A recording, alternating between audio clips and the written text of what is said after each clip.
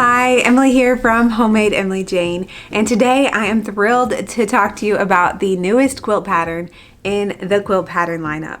This is the Linear Quilt Pattern.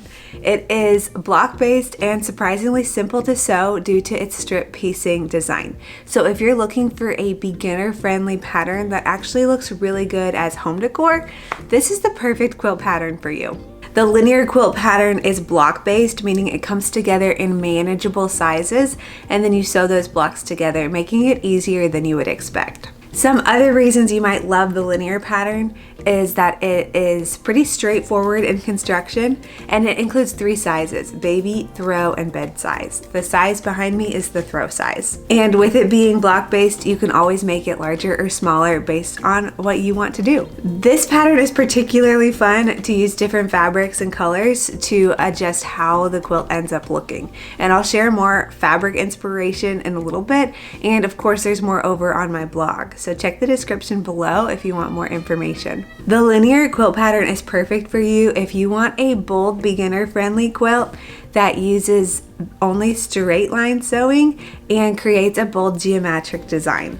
This one is kind of inspired by a plaid look, but depending on where you place fabrics in high or low contrast, darker or lighter fabrics, it can create a completely different look as well. Let's talk about the fabric requirements for making your own linear quilt. As I mentioned, there are 3 sizes, and each linear quilt uses 4 different main fabrics. You can use either solids or prints, but in my examples you'll see solids because I really love that neutral, timeless look. But I would love to see you make it in prints or whatever inspires you as well. So you can see all the fabric requirements right here on the screen. As you can tell, there's no official background color, and you can really use whatever fabrics you happen to have in your stash or whatever fabrics you think will look best for the look that you're going for. To make your linear quilt, you will need 4 main fabrics along with fabric for the binding and the backing, of course. I highly recommend using a coloring sheet or a digital version of a coloring sheet to plan out where you will put your fabrics, because fabric placement on the linear quilt really makes a huge difference.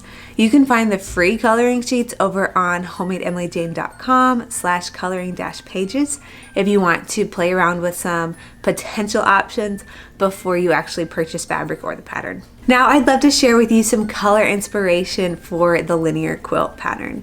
Of course, the possibilities are truly endless, and I had a ton of fun making some digital mock-ups and playing with those coloring pages I mentioned earlier. Inside the pattern, I've actually dedicated a whole page to including some examples along with which colors are placed where, so you can use that as a reference guide as well to see where putting the darker fabrics really makes a visual impact difference. Here are just a few of the mock-ups that I made. I think this quilt looks really fun as like a pink and orange checkerboard, and I love that there are so many possibilities for not having like a true background fabric in this, but color 1 will be the most fabric, and then it'll decrease in the amount shown up in the pattern through colors 2, 3, and 4. You could also make it more monochromatic with some cool blues or really any color scheme like this gray monochromatic one as well.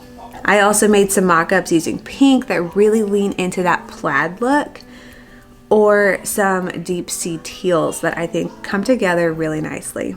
Lastly, let me show you the baby size sample quilt I made. I've had this really pretty like peach / maybe citrus fabric that I got from Hobby Lobby a while ago, and I really wanted to use it as inspiration for this quilt. So I used that print for the back and used all solids for the quilt top. These are all solids that I happen to have in my stash, which is really one of the reasons I love making baby size quilts, and I really just can't wait to be able to gift this to a baby to start getting used and loved.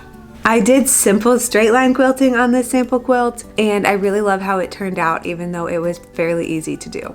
And the throw size quilt on the cover, I'll share with you a little bit about that as well. This quilt was made entirely with Riley Blake design solids, and it was long arm quilted using a free motion loop technique by my friends over at Quilty Pleasures, which is an Orlando based long arm company. I do love to quilt my quilts myself, but sometimes it's really nice to have a long armer do it for you, and I am really pleased with how this one turned out.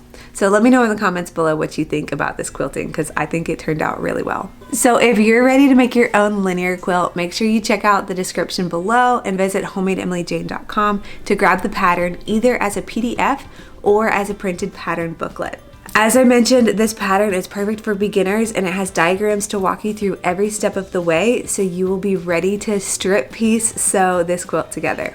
If you want to find a tutorial for strip piecing just to give you a little extra confidence, I do have a tutorial right here on YouTube all about strip piecing, and it includes a few extra tips and tricks to make sure that you are strip piecing with success. And finally, when you do make your linear quilt, I would really love to see it. Make sure you share your linear quilt photos with me. You can send them to me via email, or you can post them on social media. Make sure you tag me and use hashtag linear quilt. I really just cannot wait to see your quilts and celebrate your creativity and success with this quilt pattern. If you have any questions about the linear quilt pattern, make sure you drop them below. And in the meantime, happy sewing!